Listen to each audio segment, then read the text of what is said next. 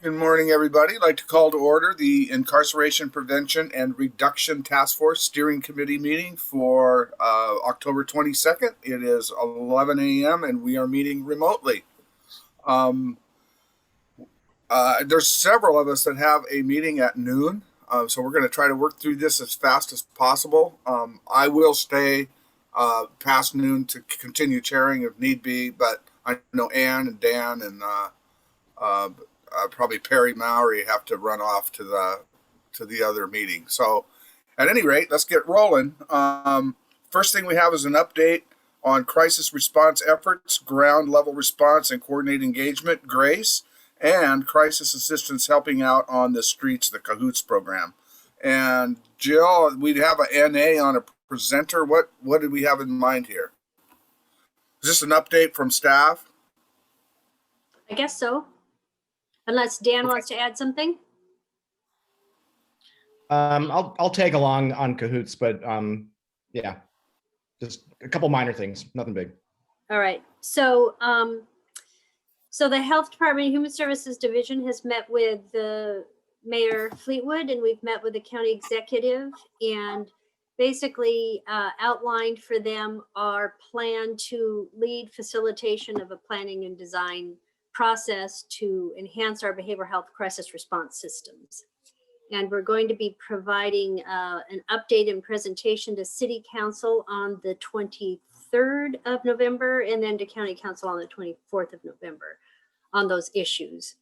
And the primary goals of this are to improve, positive outcomes for people who are experiencing a behavioral health crisis, to improve and enhance an integrated, coordinated response of behavioral health for, that includes all of our first responders, obviously, law enforcement, behavioral health specialists, as well as EMS. And then finally, to reduce unnecessary law enforcement dispatches.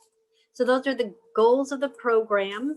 We're going to start with the expertise of the Grace Management team. We've been in contact with the Chief of Police, Bellingham Chief of Police David Dahl, and as well as the sheriff on this effort, and they are all in support. So onward and upward.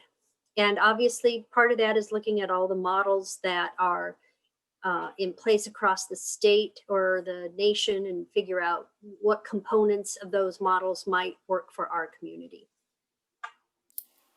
Okay, thanks, Ann. Anything to add, Dan?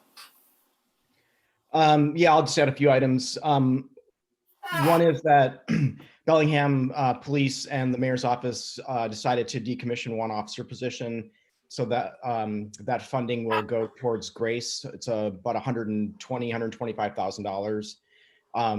The mayor came back, and Police Chief Dave Dahl came back with a proposal to add 3 additional behavioral health officers to Bellingham PD for a total of 4.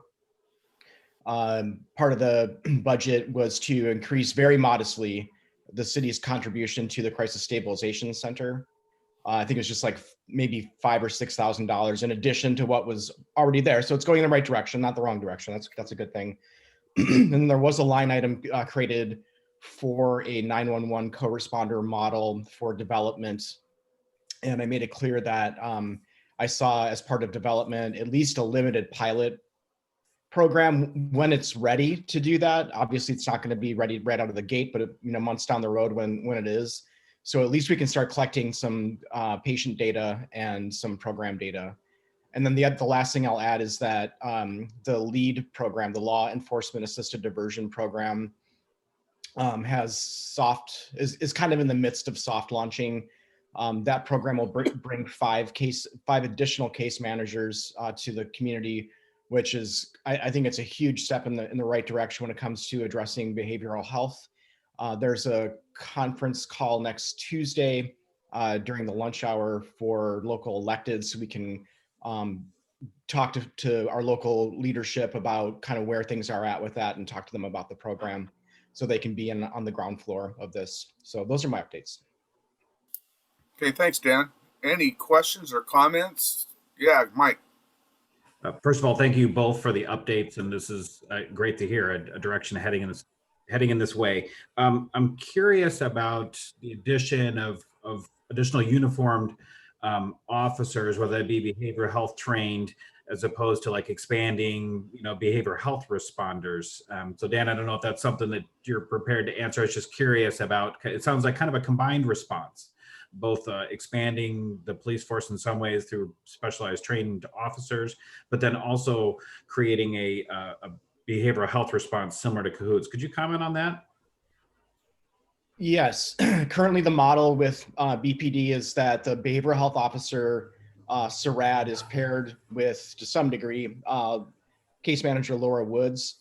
And so Yeah. they work, and their caseloads are separate. I think that's important to note.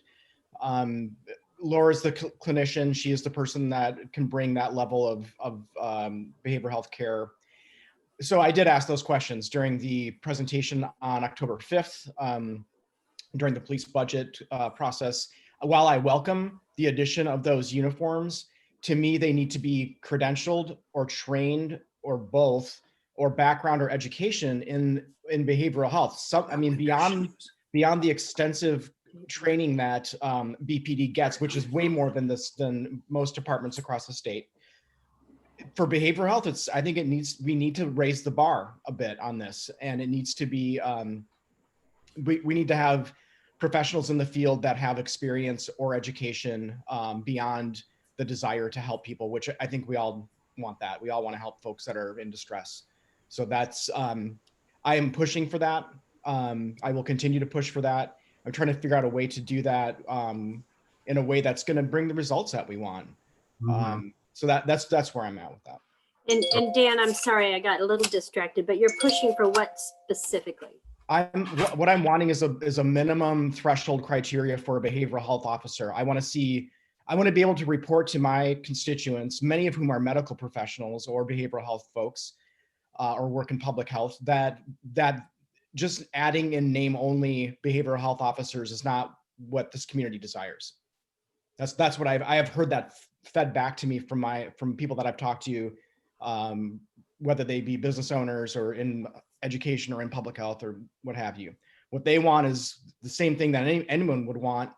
I really love aviation. I love airplanes, but I'm not going to fly one because it won't stay in the air because I'm not a pilot. And I love health, but I'm not going to operate on anyone because I don't know how to do it. So I think that, basic, and I'm being a little bit farcical, but I think that we need to have criteria on our behavioral health officer program. It's that simple. And I don't think that's much of a stretch to ask for. I think it's reasonable. Arlene, go ahead. We can't hear you.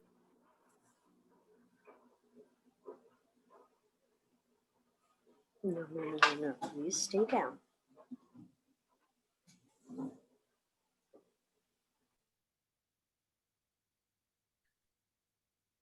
Arlene, it looks like you've got your microphone open, but we're not hearing you. So I'm wondering if you're having some audio problems.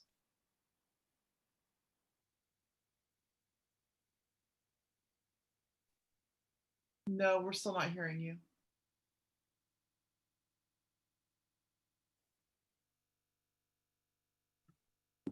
Sometimes it works for me to log out and log back in. Yeah, there's also a call-in feature, I think, too, if that doesn't work. Dan, while we're waiting, maybe I could ask you just a quick follow-up. So I'm kind of hearing from you, it's almost like this creates capacity within the police department in terms of uniforms to pair with behavioral health specialists that are outside of the police department, that may be through the health department, that may be through MCOT or in a future Cahoots type model. Is that a good way to think about it? That these would be folks that would be able to be paired with clinicians in the field, and that expands that capacity? Is that kind of a way to think about it, or am I not getting the right impression? Well, that's the way I just framed it. So you're reading that correctly. That I think that if the model took the existing structure and expanded that would be a net benefit. However, I still I still believe that, I don't believe, it is reasonable to say that there needs to be a higher level of training when it comes to our behavioral health officer program. There just does. I don't see any way out of that. So whether or not they're paired, presumably they're going to be working alone to some degree. And so you'll want them to have some level of ability for, the basic level of education that would provide for a positive outcome in a situation where there might need to be some triaging or what have you. So they may pair, they may not. That's really getting into the how the program, and you know my reticence around the how, because I really do think it is up to the administration to come back to council and say, this is how we're going to do it based on the direction that council gave. And so I've said basically the same thing in council meeting, and I will again in the upcoming meetings, that I believe the threshold needs to be higher, regardless of paired or not. Stephen Buckley's hand is raised. Yeah, I'd like to squeeze in two questions at once, if I may. And I'm sorry if I had my own momentary lapse there. I'm not quite sure. Could you re-articulate what the purpose is of the review and potential improvements to Grace? And secondly, for both you and Dan, it sounds to me like we are sort of disregarding the community feedback that they'd like to see a non-law enforcement response capability in the community, and everything we're talking about continues to be pairing law enforcement showing up with behavioral health resources, either their own or a partner. And I'm concerned with that portion of the community that finds that intrusive, threatening, unhelpful, all of the above. So Stephen, I think, let me articulate this better then, because that isn't what we're doing. great. And I'll practice on you guys so I get a little bit better when I'm talking to council. So first of all, we already have an unarmed response system in our community that responds almost 200 times a month to people in behavioral health crisis. So it's not that we don't have it. What we're trying to do is increase and expand that service, which is also going to then meet one of our goals, which is to reduce unnecessary law enforcement responses. So yes, there will always be, so these programs are comprehensive and complicated. We will always want to have an ability for a co-response, because there are times when that's just absolutely necessary. You need both those skills on site. And there are times when a behavioral health specialist should never be on site. And then you hope that the police officer with extra training and practice can manage the behavioral health components. So that's really what we're trying to do, is look at the resources we have currently, where can we build bridges and expand and create a system out of it without just, you know, standing up a very expensive standalone system. I mean, that's not how we do it in our community. We work very hard to improve what we have, build on what we have, and create the program that we want. So that's what I would say. There's really three components to this program, and there must be, because all those responses are going to be needed. But for us, the message we've heard is that we need to beef up our unarmed response. And so that will be part of the planning process. Where do those unarmed responses come from at present, the 200 times a month? They have a different dispatch system, which is part of the issue, right? Is there a way to build a bridge or modify the way we dispatch? But right now it's through the care crisis line, which officers have a special number they call when they want a behavioral health team dispatched. That team is the mobile crisis outreach team, as well as the designated crisis responders. But, and like I said, law enforcement has their own direct line, so they can get an immediate response if they want an unarmed response out to a situation. But again, it's 200 a month, and in the last 12 months, it was 188 dispatches a month. I don't know, the calls were, much higher than that, but and sometimes the situation can be addressed with just the phone call. But when it's not, they dispatch. So that's 188 dispatches a month average. I think in looking at the very initial data we pulled, we believe we have more capacity with our current resource for more dispatches. And so that will be part of our process is we also have to work with Watcom, and we've already started that process to figure out what are the calls they're getting. Part of our process will be defining what do we think is the population we intend to serve that we aren't serving now. There's a whole lot of things that we have to consider and research in the design of this program. Doesn't some of that MCOT response and otherwise presume an armed response calling that in? I mean, aren't you saying that there would be law enforcement there deciding to call in No. behavioral health response? No, most of those responses are unarmed responses of those 188. What we did is make sure that law enforcement had a direct line to it, so they didn't have to go through the whole process of trying to convince a crisis line worker that somebody should come out. Okay. All we did is just enhance the system by giving a direct line for law enforcement. But no, the majority of those dispatches are unarmed, no police officer involved. So Stephen, I think yeah. Go Can ahead, I Dan. can I respond? Please. So I just want to speak to LEAD, the upcoming program that's kind of launching as we speak. It's Law Enforcement Assisted Diversion. The name is completely not the right name. I tried to change the name because it really doesn't reflect what the program does. So we have 5 case managers. Those are not police officers. They don't carry a gun. They don't have a badge. They're not commissioned. They're social workers, case managers. Now they can be referred to a client through that program through law enforcement. That's true. But the other piece that we're looking at in this community, which is different than other communities, more the Burien model, which is the social contact model. So it's an additive, it's an and. So that means that a social worker from a program could say, hey, this person would be great for the LEAD program, and they can refer that person right to that case manager without having to involve law enforcement at all. So those are the 2 ways. And then to further answer your question, when you said, you had mentioned that that we're not responding to what some of the folks in the community are saying about the defund. I think that's what you might have been referring to, and move more into behavioral health and housing and things like that.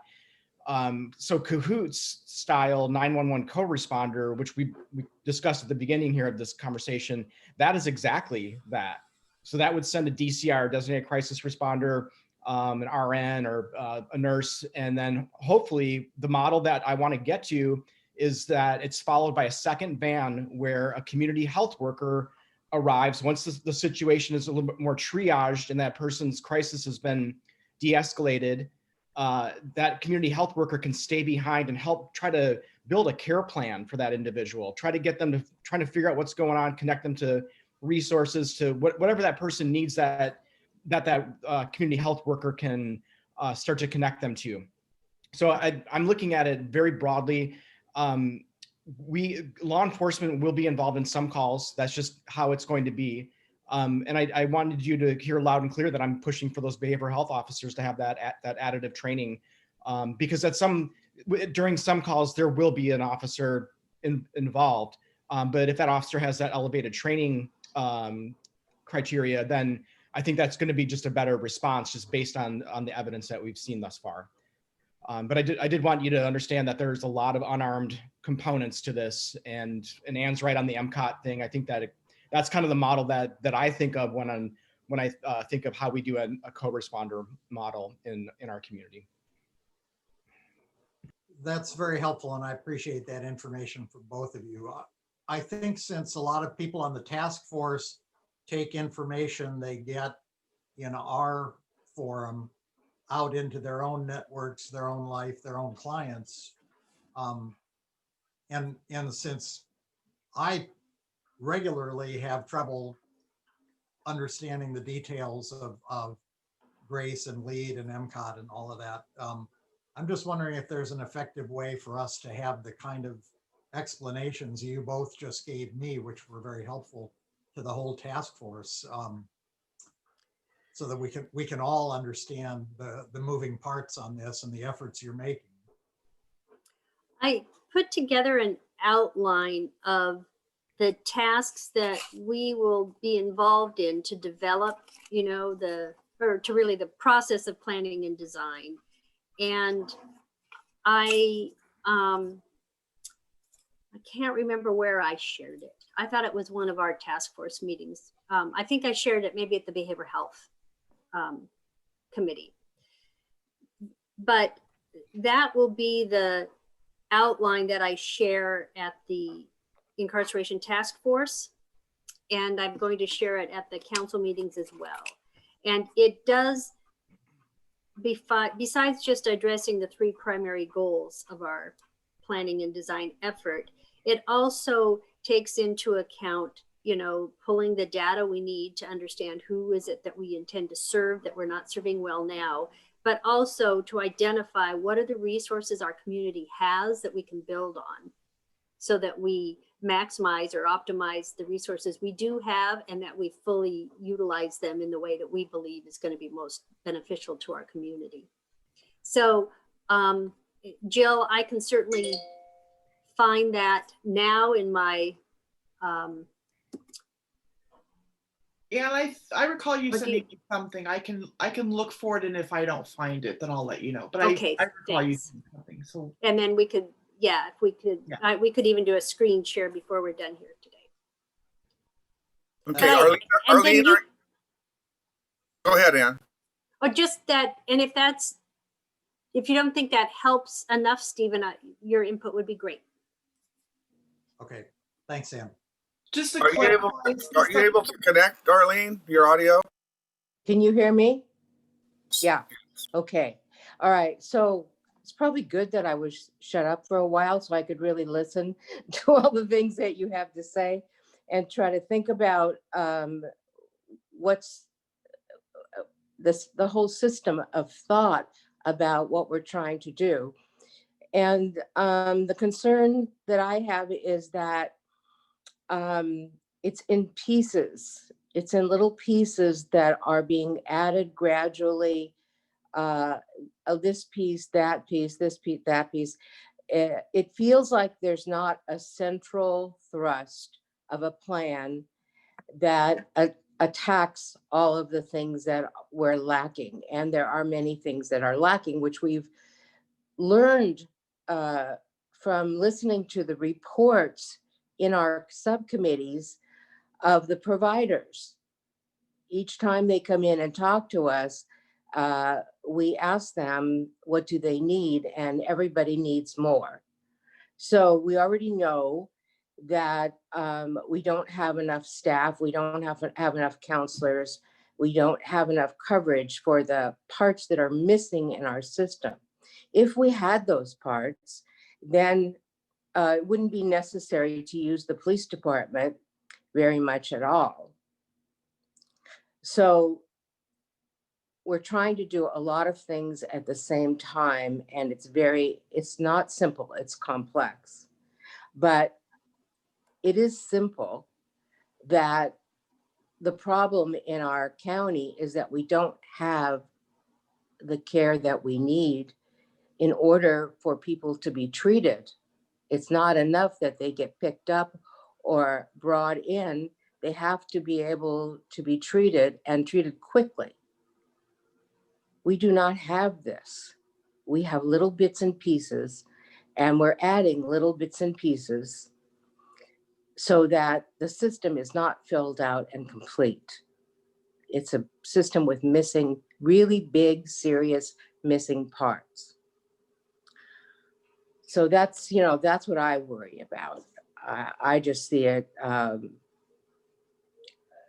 mean, I understand that we can't do these things overnight and that it takes a lot of money to provide, but other cities are able to find the money. Why can't we? And do you want to take a crack at that? Yeah, go ahead, Ann.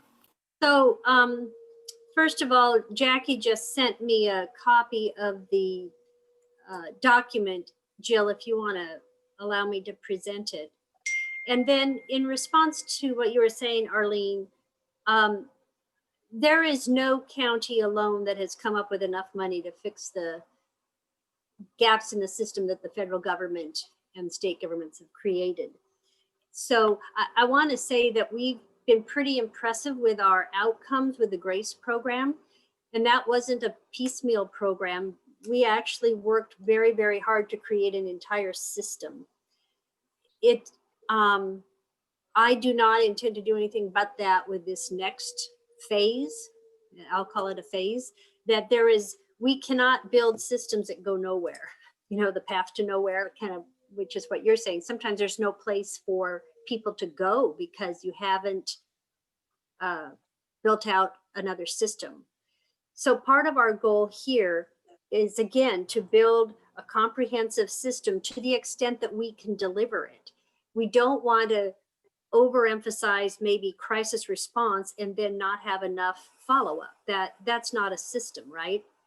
So we can only build the crisis response to the level that we can deliver the rest of the program to people once we respond. And so I guess that is how I would respond to that, is I'm aware of the gaps in the system. Those are the ones that keep me up at night. But I think that we are cognizant of it and really try to create balance when we are designing these programs so that we don't have nothing. We just can't build a system in isolation. The only other thing I'd say is that the Crisis Stabilization Center is being created to act as a hub to our behavioral health crisis system. And so hopefully there will be a place for people to at least land initially.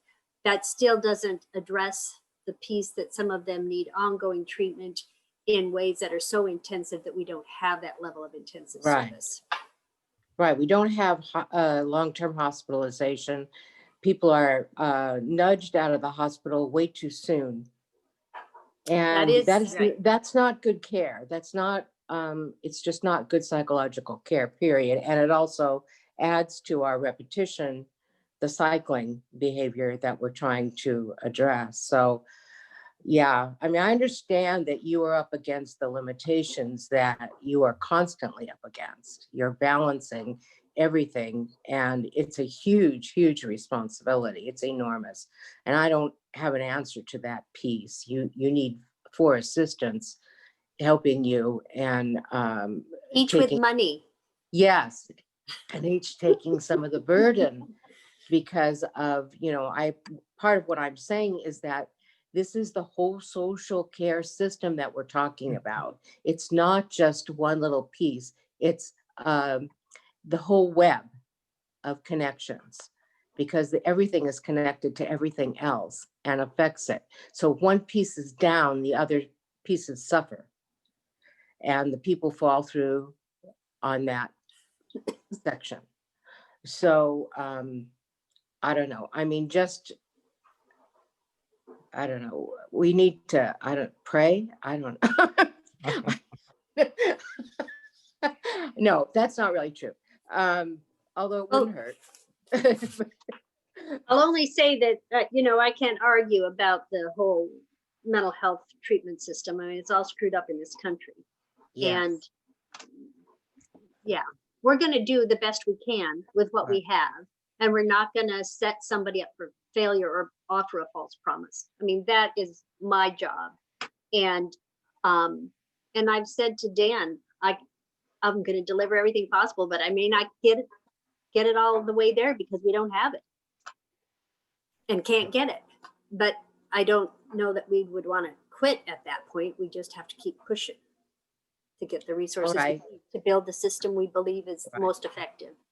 Right, so I'll I'm in the stop habit, talking. I'm in the habit of pushing, so I will continue to do that.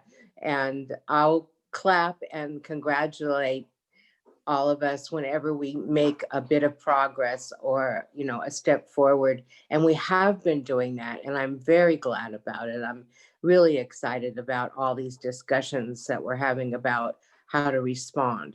It's important because it's a step on the way to what we're wanting to get. So thank you all for that. If I can just give 1 minute response, Arlene. You're absolutely right, and you just reiterated it. The system's broken. The federal system doesn't work. They walked away and they abandoned folks Yeah. as far back as the 80s. We all know the story, right? Right. Modern day homelessness the way it is. At Yeah. the state level, you can thank a gentleman named Tim Eyman, who has constrained our tax raising ability to 1%. For municipality, 1% of our city general fund budget is $240,000. That's it. That's maybe the couple FTEs, maybe, right? Yeah. And so that's a constraint. We're also a city. We don't have a health department. That's why we partner up with Whatcom County, the fine folks, our partners at Whatcom County, because they have some of the resources that we don't. And so we're able to kind of push these things forward. So I think it's really important. I want you to hear this, that we're doing the things that we can control. We can't control a lot of the other parts of the back end of the system that doesn't provide for long-term hospital or short-term hospitalization or even long-term. On the housing front, we have some level of control. We are doing homeless upon entry housing at our home fund generated projects. Now, the one that you see if you drive down Samish, it's going to be 175, I think it's 172 units. And then some percentage of those is homeless upon housing. So that means they're coming in literally out of base camp or off the streets. We're providing for that because we can control that. But it's important to note that that project, we condemned that property in 2015. That was 5 years ago, and it's not even done yet. And so that's how long these projects, they just take years to develop. Yeah. And so we're constrained by temporal time related issues, by money, by legalities, and the fact that our state, I'm not going to say all of our state partners, but some of our state partners and definitely our federal partners just walked away. And we're here building these incomplete systems that you're talking about. It's very frustrating. But I'm not going to not do nothing. I'm not going to sit here on my hands, and I'm going to do the best I can to build it out to what Ann just said about build it out to what the system can respond to. And then let's keep going from there if we can. Anything else on crisis response? Barry, this is Mike. I had my hand up. Oh yeah, go ahead. I've been thinking just a little bit as I hear, and Arlene, thank you for making sure that the people involved in this effort know about the gratitude and the lift that's being involved even to begin this process. That's really important. I think about the role of our steering committee and this task force in such an effort. Obviously, it's very worthy of our time because this gets at exactly, in my mind, what this task force is here, is to look at the beginning when we're starting to take people into that criminal justice system. What opportunities do we have to do something different? And so this whole conversation is about doing something different in the very beginning. And then I loved the way you covered it in AM too about the constraints. On the other hand, those constraints are helping us focus to some degree on what we can control, which is how many people are coming in. And when I think about the role of steering, which is not in getting into this so nitty gritty, but I do think about that we might be helpful in at least providing some of the vision values, both from the knowledge of the members on this. And as Stephen mentioned, we have networks of folks that not we necessarily represent. It's not a representative body, but we are really trying to bring that voice to the table. And I think in some ways, we've heard some of them here. We want behavioral health response. Often, many times, we want that to be unarmed and to not be police. We need to be able to expand those hours of service, expand the number of people that get that call, and facilitate it so that it's very easy for the public to call through a number. So we might, I'm just saying it as a steering group to be helpful, because obviously we're not going to micromanage. I love hearing about the details, but what are the big rocks that need to be in that jar first? And as Anne really adroitly mentioned, it's going to be difficult to get the whole enchilada. But if we can be really strategic about what are the key points that really any successful system that we'll be happy with should have or has to have, that can be really powerful. And that might be a spot for this group or for the task force to just give its opinion, its guidance, this is what we're hearing are the elements or values that should be embodied. Well said. Well said, Mike. Anything else on this topic? Okay, we'll move on to the 2021 task force and committee schedule. I think, Jill, you're going to walk us through this. Yes, hello everybody. You should be seeing the draft schedule.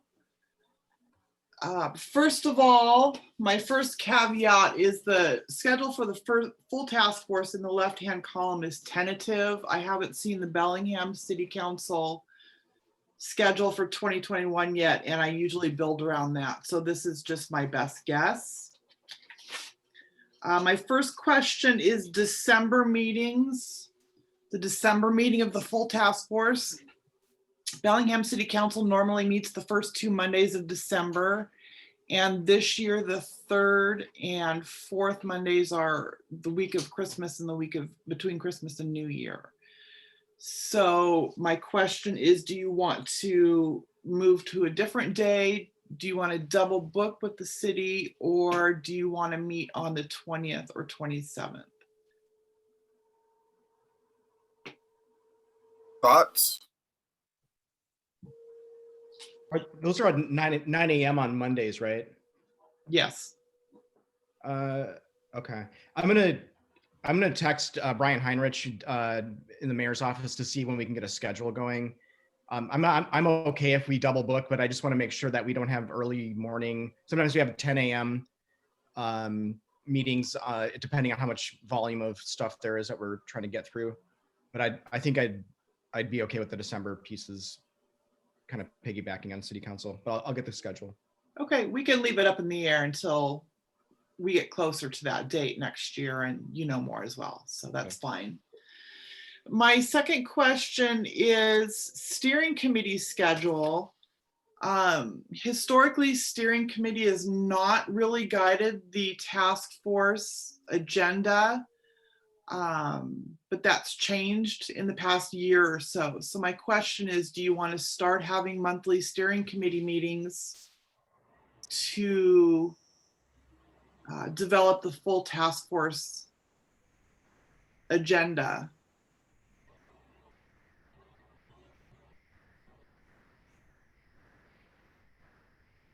I Well, think just, early on, we didn't want to spend much of our time putting together an agenda. That we were really trying to look at policy issues and prioritizing what the task force should be focusing on. So, I mean, somebody's got to put together the agenda, but I don't know that it's really the primary mission of the steering committee. Yeah, historically it was up to the chairs, Jack and Jill at the time, now Jack and Stephen, to be responsible for that with my support. I know Jack has often said that the steering committee has been guiding the agenda items, but historically when the task force was meeting monthly, that wasn't the case. So right now I have this picked up some general timelines for steering committee meetings to help guide the development of the annual report. So, but I don't have specific dates. So if there's any more specific guidance you'd like to give me in that regard, let me know. Otherwise, we can leave these open and then schedule as needed. Is it just me, or does it feel weird that behavioral health is scheduled on the same Well, okay, the same days as the task force. It feels like when we report out, we're always going to be like a month behind. You know what I mean? Like we'll be reporting from what we did last time. That's a month old information to the task force. Then we'll have the meeting like in a few hours after the task force. Maybe that's not a big deal. Maybe I'm reading too much into it. I've always thought the same thing, Dan. It seemed a little backwards. We can certainly have that discussion in behavioral health because behavioral health meets on a Monday. I've similarly scheduled it around the Bellingham City Council schedule. And honestly, meeting on the same day is just for my convenience, but we can definitely change that if you want to. I would just like to be able to report out to the task force like the freshest information. That's all. Sure. Yeah. Yeah. I agree. I think one of the few things we have under control is how timely and how responsive we are.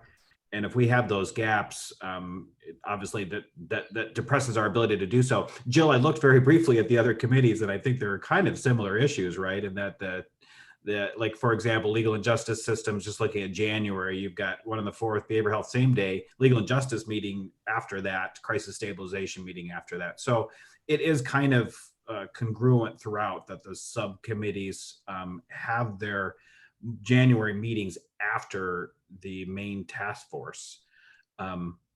Has anybody ever discussed, and I know I'm a relative newbie in having a thought about scheduling, but flip-flopping that where your subcommittees meet in the beginning half of the month and the main task force would meet later, or is that crazy town? Don't think about it.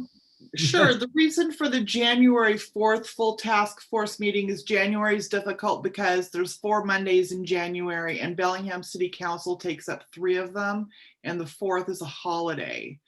So January 4th I chose because Bellingham City Council meeting that day is just for their reorganization. And I think, Dan, you guys meet later in the afternoon. So we're going to double book with City Council on any other Monday except for the holiday.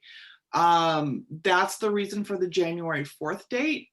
For the legal and justice systems, for index and for crisis stabilization, they have chosen respectively the 2nd Tuesday, the 1st Thursday, the 3rd Thursday for their meeting schedule that fits with them, with their schedules. So if that's something that needs to change, I would say the committee chairs can bring that up with the full committees and pick a better time. And we can certainly do that. I think January is the only oddball one, I think, because of the weird city council schedule. I think after that, it looks like it's the right order for legal and justice. At least they meet before the task force. It looks like 6 days before, pretty much throughout. Well, with the exception of May, because I think that's a joint meeting with behavioral health. But I think if we roughly followed legal and justice's schedule, roughly in that it's a few days before the task force, then we'd be fine. And then January is the only outlier, really. And December, we'll figure that one out later. So I'm sorry, clarify, you want the committees to meet a few days before the task force? Yeah, I think behavioral health needs to be at least speaking as a co-chair for that, I think it needs to be before the task force meeting. So that way, like, let's say it's a week before. So that way, when we go to the task force, we're able to present very fresh information. It's still fresh in our minds. Mm-hmm. It's temporarily relevant because it's not a month old. Mm-hmm. I think it's just better that I think just follow legal and justice, roughly speaking, like just do it just like that. Yeah, absolutely. Just be aware from my perspective as a staff person, if it's too close, I'm not going to have summaries done in time to put it into the packet for the full task force or for you guys to have on task force day. Sure. Right? I think just do it so it's convenient for you, so you have enough time and we have enough time to summarize. Just push it out that far, and I think we'll be fine. Dan, I'm wondering, as a point of process, that maybe we take this to our subcommittee with this kind of revised schedule and the purpose, get everybody's buy-in. I love this idea. I think it's a better order, and I'm excited, but I want to make sure that we go to our committee members too, and that fits. And I'm open too, just want to say, to changing the day of the week. I know, Jill, you mentioned that we had we're tiptoeing around on Mondays, tipping around city council meeting. Maybe the behavioral health subcommittee members would entertain a different day of the week. So we do two things. One, we go earlier, and then maybe avoid some of those schedule conflicts. Yeah, let's I was get that. thinking the same thing for the task force itself. I mean, are we that wedded to Mondays as a meeting day?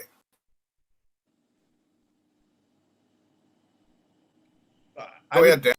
I would say no, we're not wedded to Mondays. We could do. I think we need to check in with our membership on that committee and just make sure that another day of the week is going to work. And I would move it if we had to. I'm flexible to doing that. So I think that needs to come up as an agenda item. Both of those pieces, Mike, what you just talked about, need to come up. Perfect. So I will schedule that, Dan and Mike, on the December Behavioral Health Committee agenda, since the next meeting is the joint meeting with Legal and Justice. How does that sound? That's great, Jill. Thank you. Okay. And so Jill, will we put the steering committee questions on our next meeting agenda as well to finalize?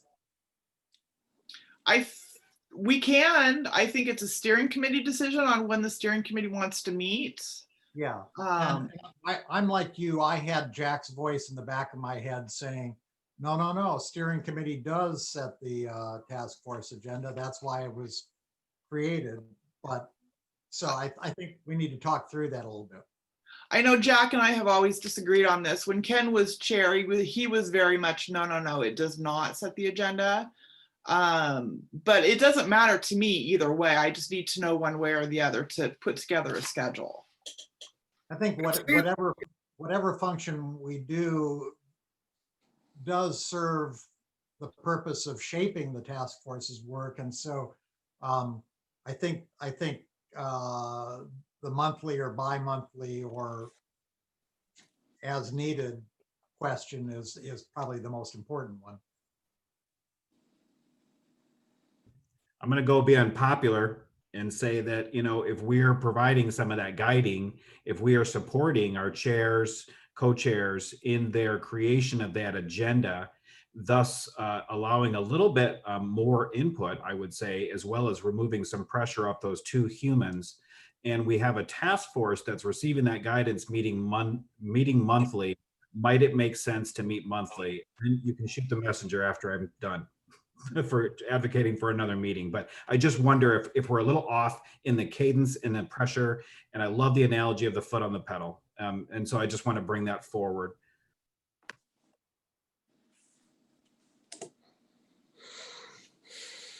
Well, I guess for now we're gonna meet in. I don't have the last part of. Well, yeah, it's right here. Steering committee. When's our next meeting this year, Jill? Or is that also not decided? No more meetings are scheduled this year for steering. Okay. So my thoughts on the agenda thing.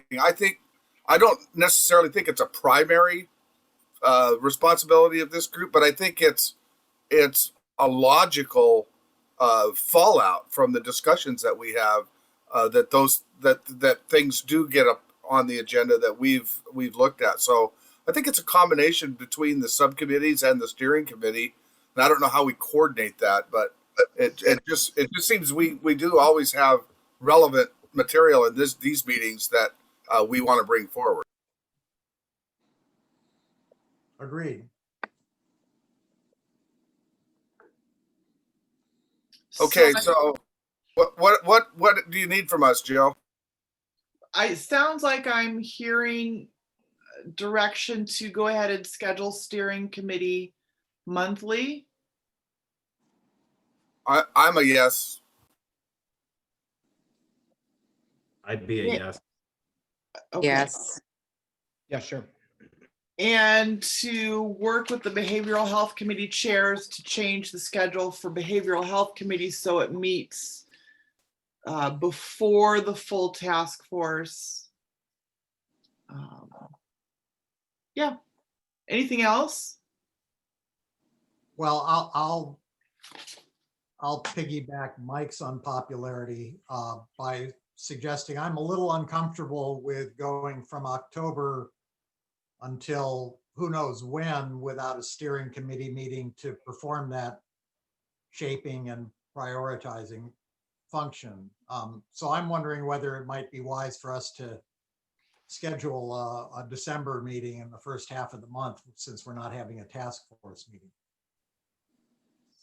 Agreed. I was thinking the same thing, Stephen. That's why I was asking about what we had left this year. Yeah. Yeah, I I think mean, it's I don't have a particular agenda focus in mind, but it just seems like we ought to be prepared to get together anyway. Yeah, Dan? I think we're going to have a lot going on with all these different, co-responder, lead, crisis stabilization. All these things are going to be, either in play or coming into play, and they're game changers to some degree, and they're complex. And so I think that being prepared to hit the ground running, starting in January, I think we have to meet in December. I think we just need to get an agenda or get some basic pieces together for that January meeting. Yeah, I agree. And I think also, the first half of December, we will know what both councils have approved as a final budget. So we know what programs are funded and at what level. So that makes sense to me. Mm-hmm. Do you want me to try to reschedule the January full task force meeting to a little bit later in the month?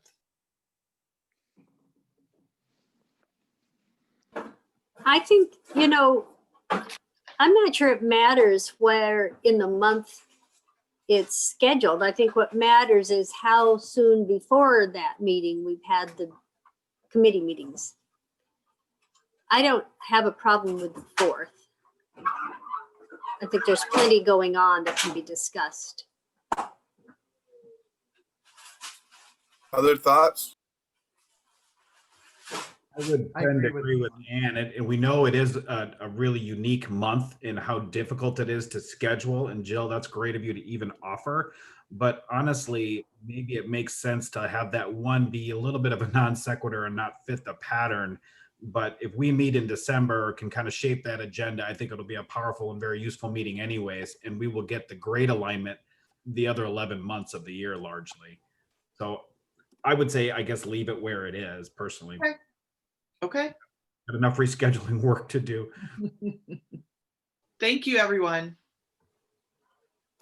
Okay, that does bring us to items for the next task force meeting. What do we got so far, Jill? Where is it? I think I've just shared the agenda for the full task force, the draft agenda. Yeah. Yes.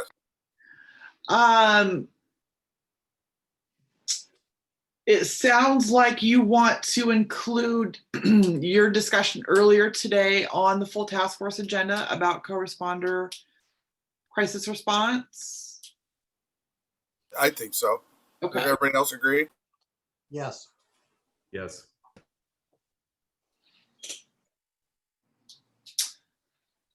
And update by jurisdictions on jail diversion programs. Is that something that's sometimes scheduled, sometimes not?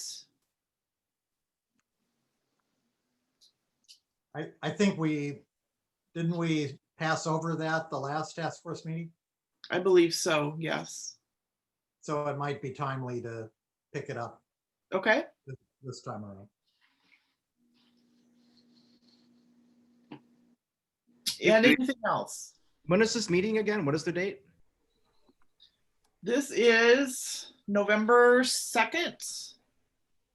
Yes, November 2nd. Okay. Yeah, go ahead, Mike. Okay. On the GEAR toolkit, just a brief update for this group. I can't think of the name of the small cities group invited me out on Tuesday. Mayor Cortice reached out, and he obviously wanted to expose kind of all of those other folks to the toolkit and what he would be voting on. That seemed to go fairly well. I just wanted to say I followed up. I was also invited. Thank you, Arlene and Raylene, for inviting me to Legal and Justice Systems. We had a lively presentation and just a brief discussion. And one of the things that came out of this, and Stephen might have a little bit more to comment on this, but one of the things that came out was one of the questions was, hey, could we get some examples? And I think the reason why I wanted to bring this up to the steering group, because as I reflected on it, I think what Chief Dahl was really looking for was kind of a way to visualize how we might operationalize this. So it was a very good question, and one that I did not have at that time, at that presentation, an example for. And so what I wondered is, one, if this group thought an example, and by example, I mean an official example from the GARE website of a participating, member that really could flesh out for individuals how this would actually work in action, in praxis. And so I just wanted to bring that to this group and just get some feedback or thought. Do folks think that would be necessary? And again, just to remind us all, we paused on voting the last time, really in deference to make sure that groups that hadn't been exposed to it, hadn't seen it, had some sense of what they'd be voting on. I think feeling a little bit more complete in that area, but this would be one possible enhancement. And if so, it could be a very brief addition. It could also be a printed piece to add to Jill's handout, which I see is already in the agenda. And I'm just interested in feedback and thoughts. It seems to me that examples help people imagine how it's going to really operate. And since this is a pretty new idea of working through a filtering system that we've never used before, it would be valuable to have even more than one example, maybe 2 or 3, of this happens and we're up to make this decision, and by examining it through these 2 questions, who does it affect and who will be disadvantaged by our decision? By using those examples, a person can understand exactly how the program works. Otherwise, it's too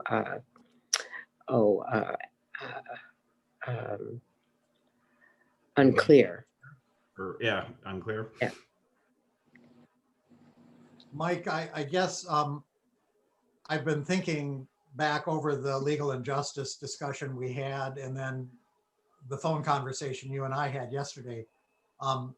And just for everybody else's sake, there was a misunderstanding in legal and justice about whether we were recommending this system-wide, county-wide, or just for the task force. And it was a lot less controversial when people understood that we were, in this particular instance, just looking at using this for task force processing and recommendations. And so I think examples are helpful also. And so it might be good if we can come up with one as an illustrative walkthrough of the process, but it ought to be in that pretty circumscribed scope that we're actually thinking of adopting it in. So the San Francisco example you brought up from the GARE website, that's a system-wide kind of change. And I think I would look for something that's more on the scale that we would be applying the toolkit in if you come up with an example. Anything else on that? It sounds like I'm hearing that there could be some value. So I guess vis-a-vis our agenda, anybody that's interested between now and then, I would work up a few examples to be able to show briefly. I think it would probably help to see a little bit of visual, Jill. So if we could do that, I could, show whatever example. And it probably just a bit of time to cover that. So I know the big reason it's on the agenda is to simply do a vote, but maybe a brief recap.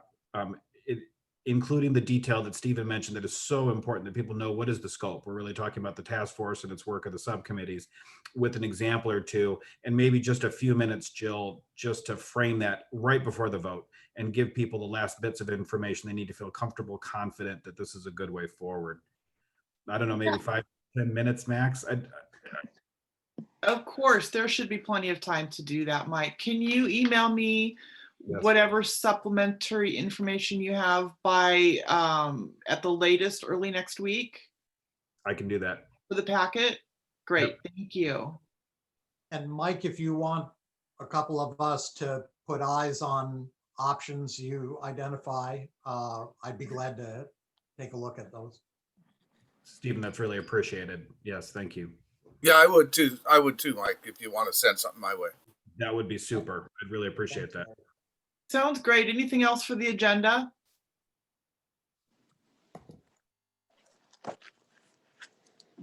Hearing none, we can move to other business. Is there any other business that anyone wants to discuss? Okay, next is public comment. Is there anyone in the list there, Jill, that from the public that has their hand up? We have Jackie Mitchell. Jackie, if you'd like to say anything, please raise your hand. And she is not. Okay, so I guess we can get over to our other meeting. Thank you all for being here today. Stephen, I'm glad you brought up the thing about GARE being using that for the task force, because I was getting some questions on that as well. That's good to clarify that. All right, folks, thanks for being here. We will see you at our next full task force meeting. We are adjourned.